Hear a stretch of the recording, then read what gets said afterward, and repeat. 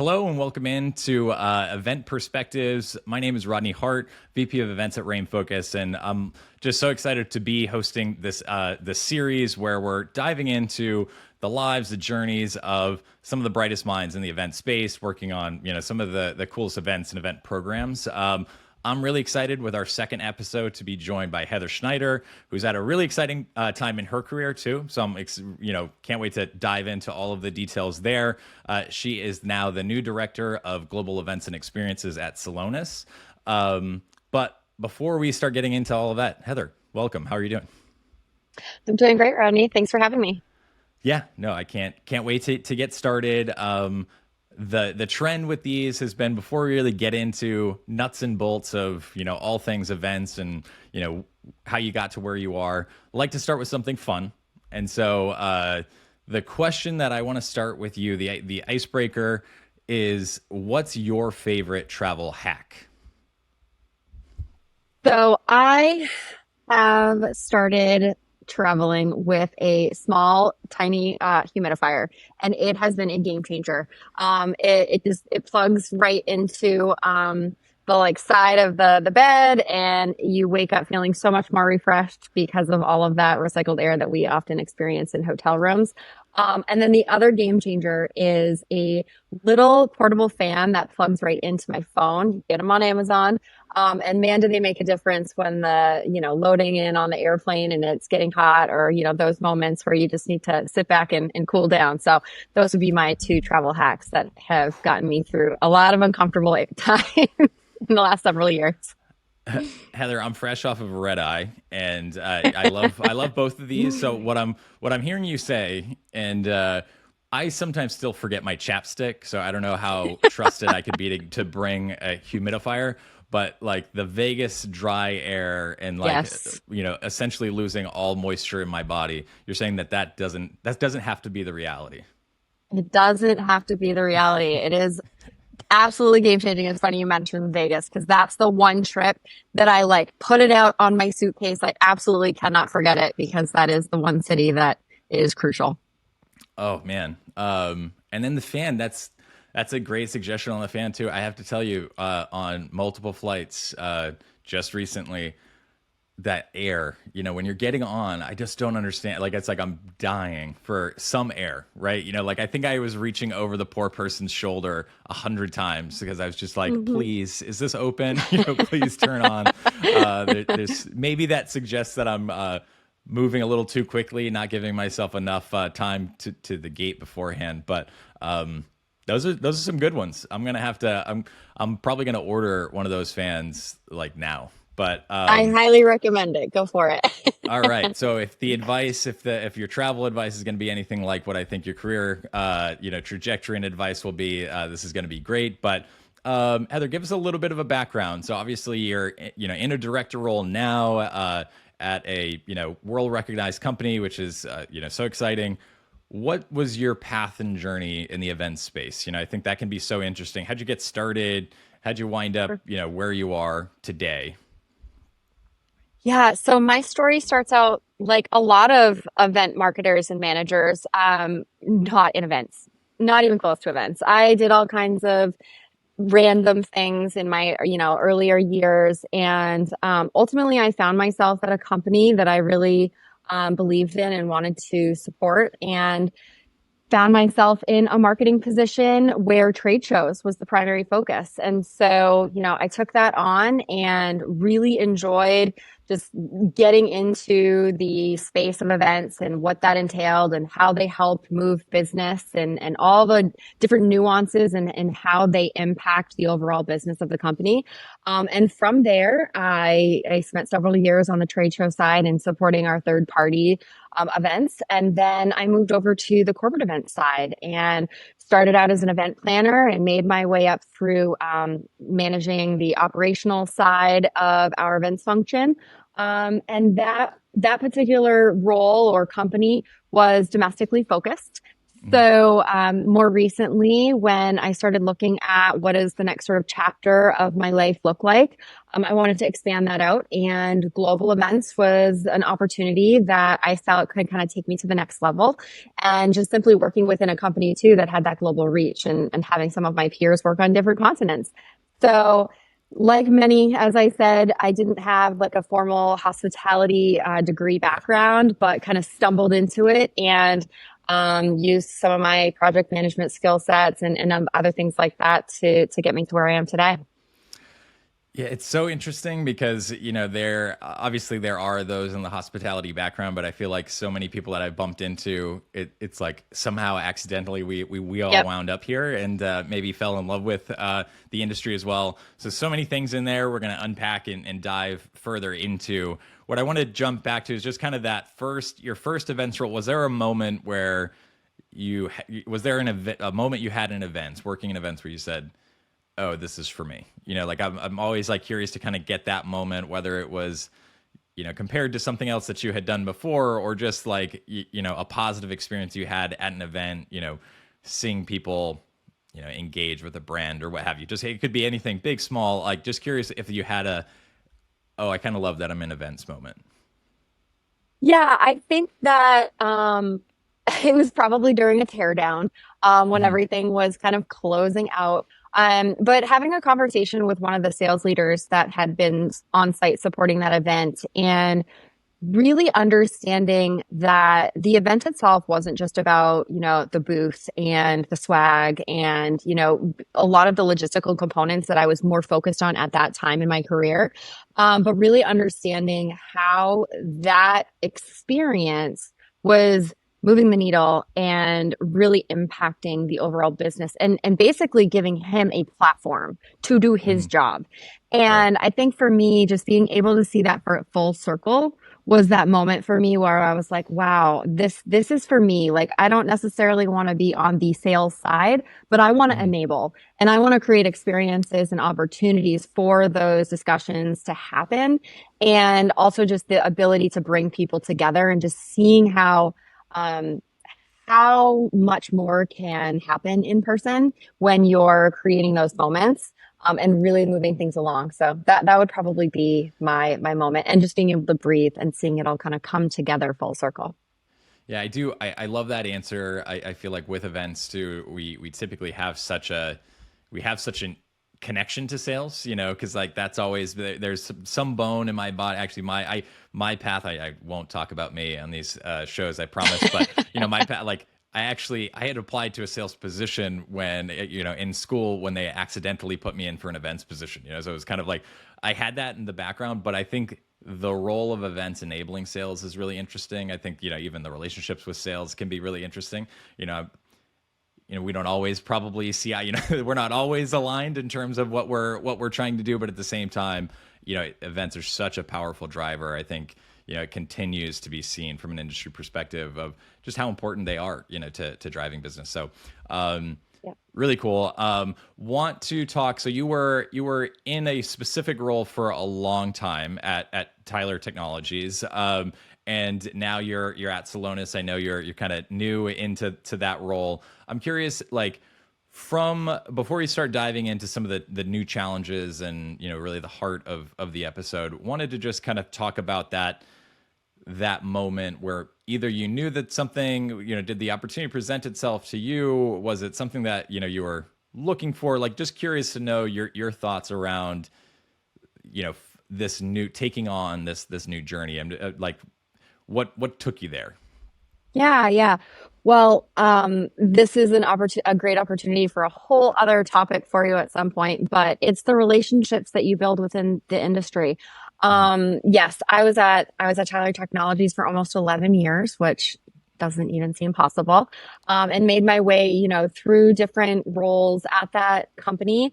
And I kind of hit a moment where, while there was certainly potential opportunities for me to continue to grow there, um, my network that I have spent a lot of time building and nurturing because I am one of those crazy, passionate events people that loves to give back. And so once I really knew that this is where I wanted to be, I really started getting involved in the industry associations like SEMA. I sit on the board for SEMA, and attending some of those industry conferences and really leaning into, you know, who else I can connect myself with and learn from, and having mentors, and being a mentor for that matter. And so while I think we all have to keep our eyes open, right? Like Yep. that's the only way really opportunities come.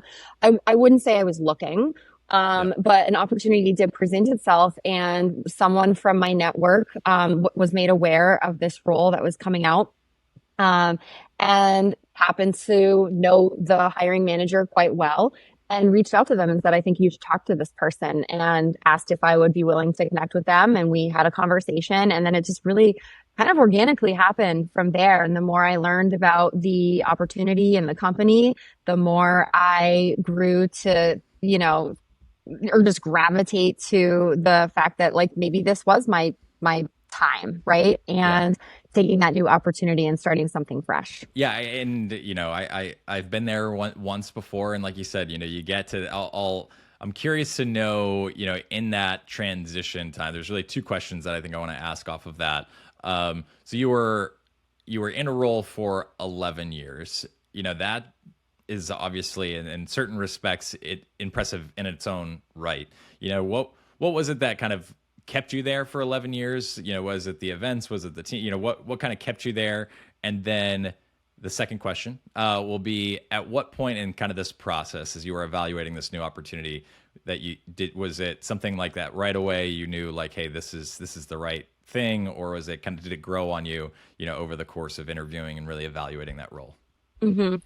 I would say to the first, I mean, I did have multiple roles at Tyler, but I did stay within that marketing and events function for sure, right? And Hmm. so I would say that, having the opportunity to grow my career in different, areas of whether it was being, a trade show coordinator, and then a trade show team lead, and a, event planner, and a event manager, and all those things.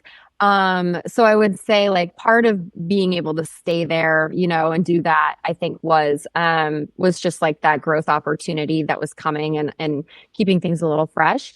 Um, but what really kept me there for 11 years, it really was the people. And it Yeah. was, the people that I worked with and that essentially became family, many of which I am still in contact with and will continue Yeah. to be in contact with. When you're building things together, then the not so great days, you have that camaraderie, because we're Yeah. not going to put a rose colored lens on things. We all have not great days, right? And Hmm.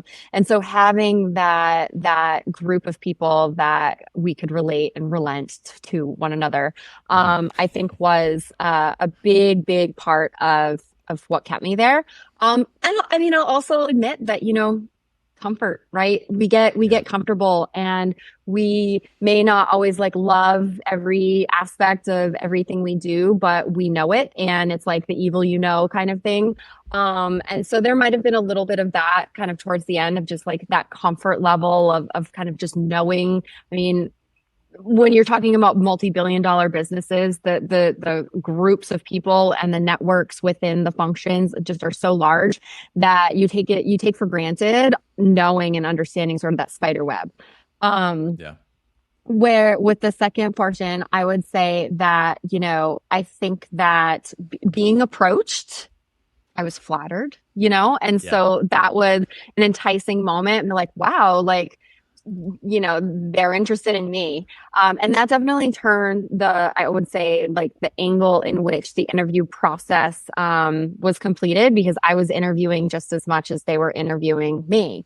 Yeah. And That's great. I would definitely say that just the more I kind of learned about the company itself, I did a lot of side research and things like that.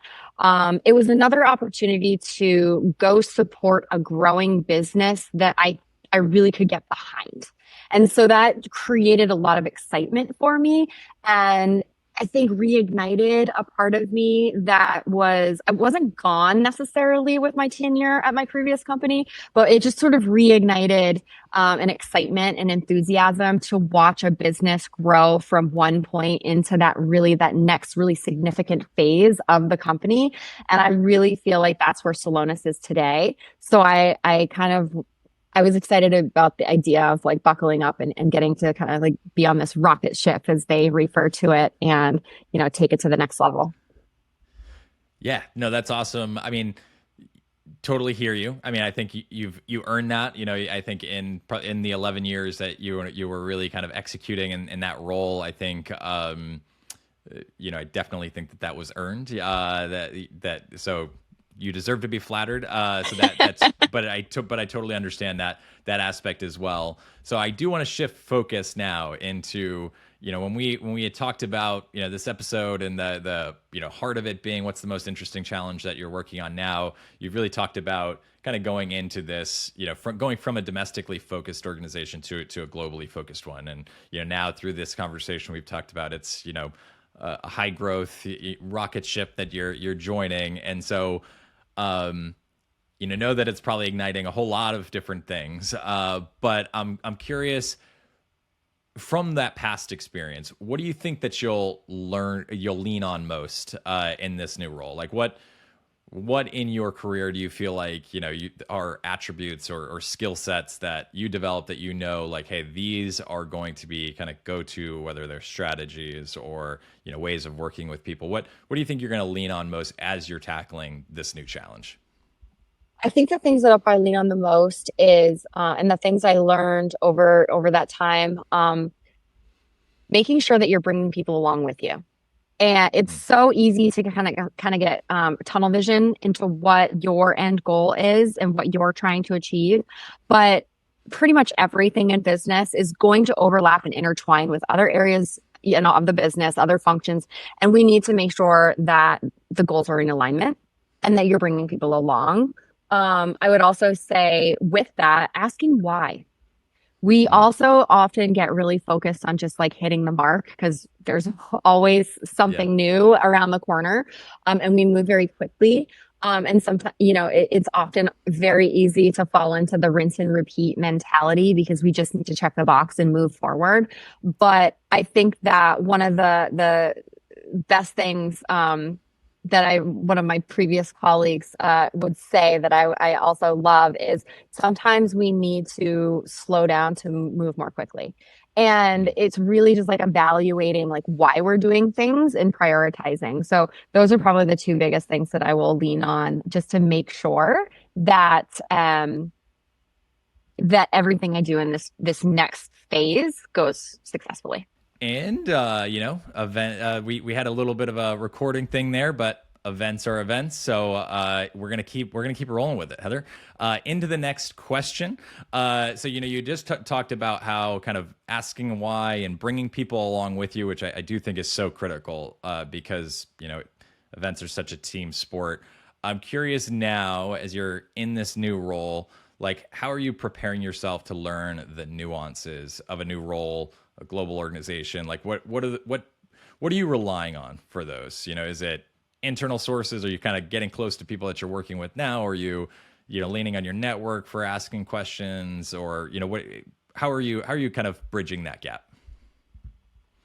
I would say I actually have to give a lot of credit to my new boss who has put together a fantastic onboarding deck for me, for lack of a better words, with a great outline of kind of who all the players are, how they interact with one another, where I kind of fit within all of that, as well as all of like the significant events that we do and like who the stakeholders are, what the objectives are for those events.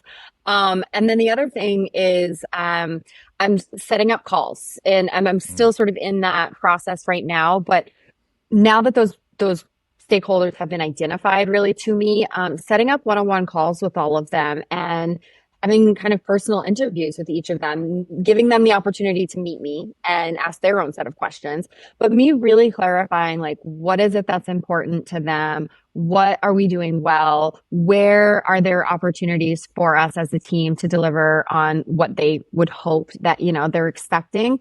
And just getting to know all of them. And so spending the time, it kind of goes back to the same thing. It's asking why, it's asking who, all of those things, and really getting to understand the context behind all of these events and how they're integrated with the marketing campaigns and all of that. So I think that's really the biggest thing. It's hard because you just want to kind of hit the ground running and just jump into things. But it's so crucial to really take a step back, understand not just like who the players are and having one-on-one time with each of them, but really understanding the business. I think that that's one piece of advice that I would give, especially like earlier in their career, event planners and event managers, is make sure that you're not too focused on being an event manager or planning an event, and really understanding the business itself. Like, what are we trying to do here as a business? Who is the audience, right? Because how you activate and how you execute an event is going to be different for different audiences. I mean, the same formula, that base formula is still there, but you're going to have to customize that to who your audience is and what those objectives are for that particular, event. So I think that that would probably be like the biggest area of focus I would give as advice. And that's what I'm doing. I'm really trying to learn about the business itself. What do we do here? Understanding the product so that I really can like put myself in the shoes of the attendees that I'm designing these events for.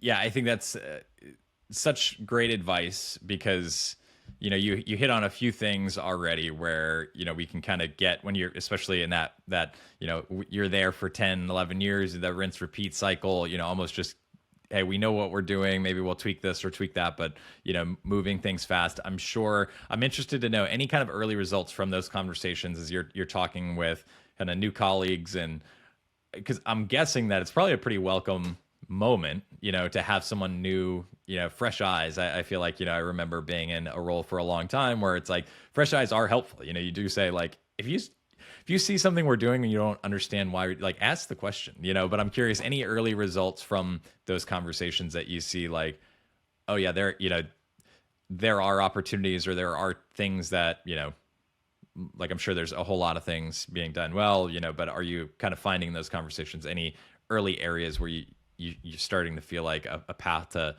have something measurable or kind of a difference that you'd want to make? hmm Yeah, I mean, I think that yes, it has been very welcoming. It's lovely that so early on they're, asking for my opinion and my insight. And I mean, I think it's great because I'm coming from another company and I can kind of sort of compare like kind of what worked well or what didn't previously. It doesn't mean that's going to equate to the same one-to-one because again, things are different and there's nuances. But just like kind of validating like, oh yeah, we were doing something like that too, and it was successful. So if they're on it in like an earlier stage of that, I can kind of help provide some confirmation or like validity to what their approach is, or if we maybe had done something before and it didn't work, I can provide some insight there so that maybe we can learn from those, let's call them mistakes, Yeah. so that's probably something. But also it's one of those things that I think that there's always things that companies do really well, and there's things that companies have room for opportunity on, and those are just going to be different. So I think coming in and just really coming in eyes wide open on that, and just understanding like, look, not everything's going to be perfect, right? And so focusing on not necessarily like the negative, but focusing on like, what are the challenges? Let's just be real about it. Let's talk openly Right. about it so that we can get to that and start addressing those more quickly, rather than me having to find out about something 6 months, a year down the road. Right. And so Right. it's really trying to like lift the rugs up and Yeah. look in the corners and really try to Just identify those things early on. But overall, it's been incredibly welcoming. And I think that what the business is doing already is absolutely fantastic. They have some amazing leaders in this company, and I'm excited to learn from them as well. Awesome. Let's say that we're having this conversation again 12 months from now. Maybe it's at the next time. By the way, if you go to SEMA Summit or any of the SEMA events, you get a chance to see Heather speak. You should, because I was in one of her sessions. Phenomenal session. Let's say that we're talking 12 months from now. What do you think a successful first year looks like for you? Like in this role, and obviously it's a new enough role. Like I'm not necessarily looking for hard metrics, even though sometimes I can lean there. I mean, it could be soft metrics. Is it, hey, your own personal feedback is strong, or the feedback has been positive on changes at the event, or maybe there's growth number. Like I'm curious to know in 12 months from now, and maybe you haven't figured this out yet, but is there anything that you're kind of looking at that you would evaluate as like a successful first year in that role? I would say that as part of this interview process with the stakeholders and also my teammates and those in the cross-functional groups, I would say some of those interview questions that I'm asking are I can kind of create an objective around, and I think that in 12 months I will feel successful or achieved if I've kind of helped meet some of those goals. If, let's say, I get a lot of feedback that there needs to be, more collaborative communication between X and X. If we can look back and say, wow, that those teams are really working together so much better than they did on last year's event, then I would consider that success, right? And also, I think making sure that, after a year, I mean, it also takes often a year just to kind of get acclimated, right? So you can see a full calendar cycle of everything.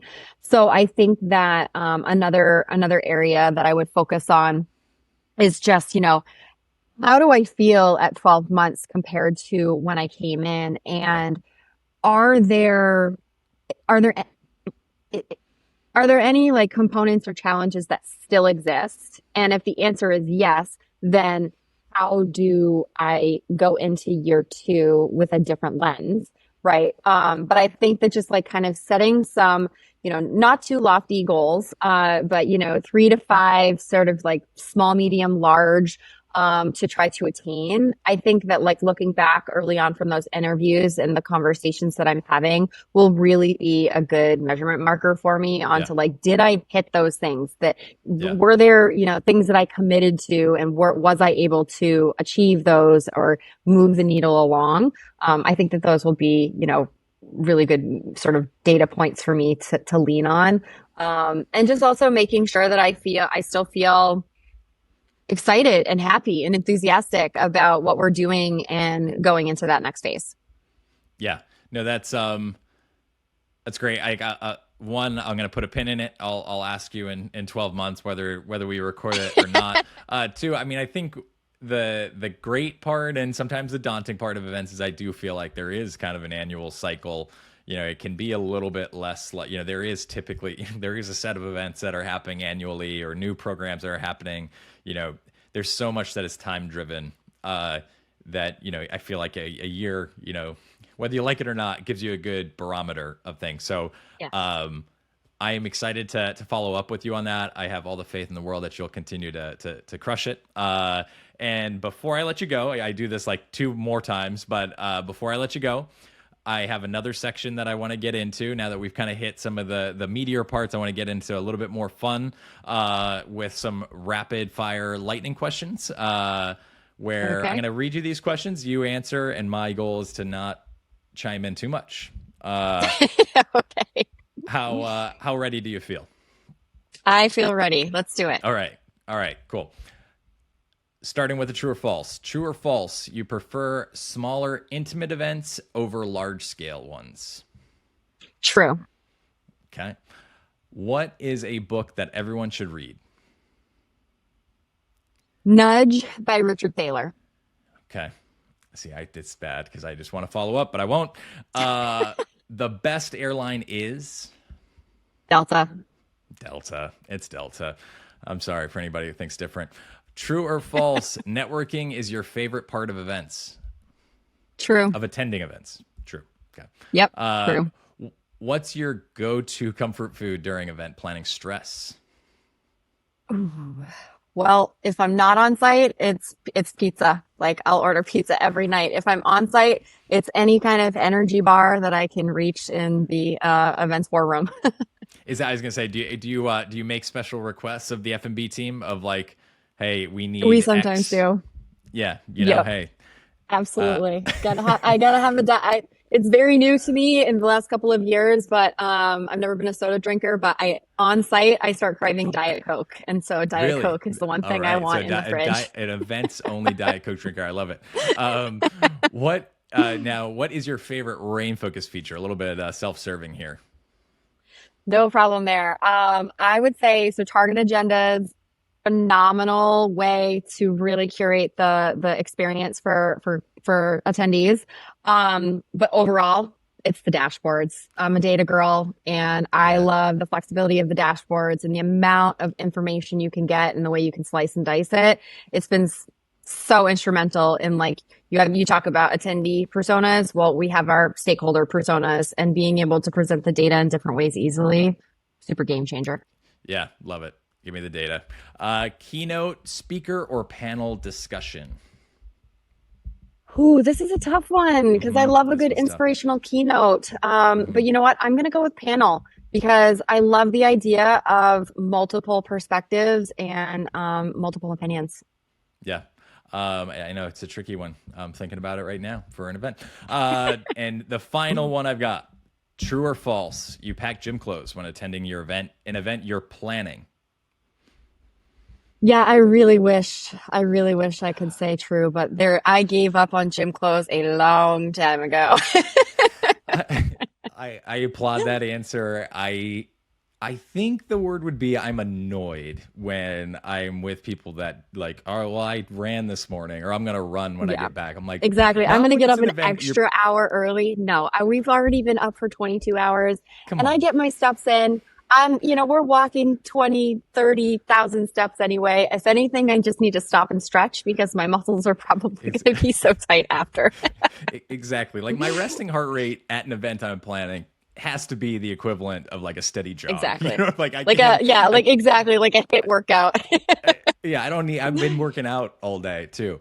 Yeah. Thank you, Yeah. Heather. That was fun. And like I said, I'm gonna add in one more section here. And you've hit on a lot of this, and I know actually in your SEMA session you hit on this. One other piece that I really want to kind of dive into and focus on is any closing advice. I feel like events are one of those roles that do have a lot of stress, and I'm curious, like in your in the course of your career, what's the favorite piece of advice or nugget of wisdom that someone has shared with you, or just or what would be one that you'd share with others? Wholeheartedly lean on your peers and create a personal board of directors for yourself. Being able to tap into your community and pick up the phone and throw an idea at someone and get their feedback, that has probably been the most impactful part of my career in being able to do that. We're all in this together. It, Hmm. I have great friends that are technically, working for competitors and we're Right, not sharing IP, but we're right. doing events. And at the end of the day, we all have the same goal. And so, just stepping back and knowing we're all in this together and being able to lean on one another has probably been the number one, success point for me. And I got that advice, early on and took advantage of it. And it has just been instrumental in the success of my career. Yeah, I love that, and I love the session where at SEMA this year where you really dove into that and actually brought one of your mentors into that session, and um, it's yeah, it's so impactful. You know, if you're early in your career now, and I know, like, even for me, it was difficult to know, like, what's networking or what's it does. You know, when you're young enough, it feels like, you know, what's 10 years from now? At Yeah. some point, you will be 10 years from now, and Mm, you know, doing very, right by those people. You know, leaning. You know, and also kind of building. You know, understanding that these are people that are going to be massive assets, you know, to you in your life and absolutely. your career, I think is so valuable. And, you know, speaking of, thank you so much for, you know, being so helpful in this, you know, for this interview. Heather, this was just phenomenal. Thank you so much for your time. I know your time is extremely valuable, especially now, as you're kind of carving out this new role at Celonis. And for anyone that's watching this and you know, enjoying it, or maybe even interested in participating, there will be a link in the description here that you can you know, raise your hand. I'm also chasing people down, just like I did Heather. But you know, feel free to let me know if you'd like to participate in an episode. And you know, until then, look forward to seeing you in the next episode of Event Perspectives. I'm Rodney Hart, VP of Events at Rain Focus. Thanks.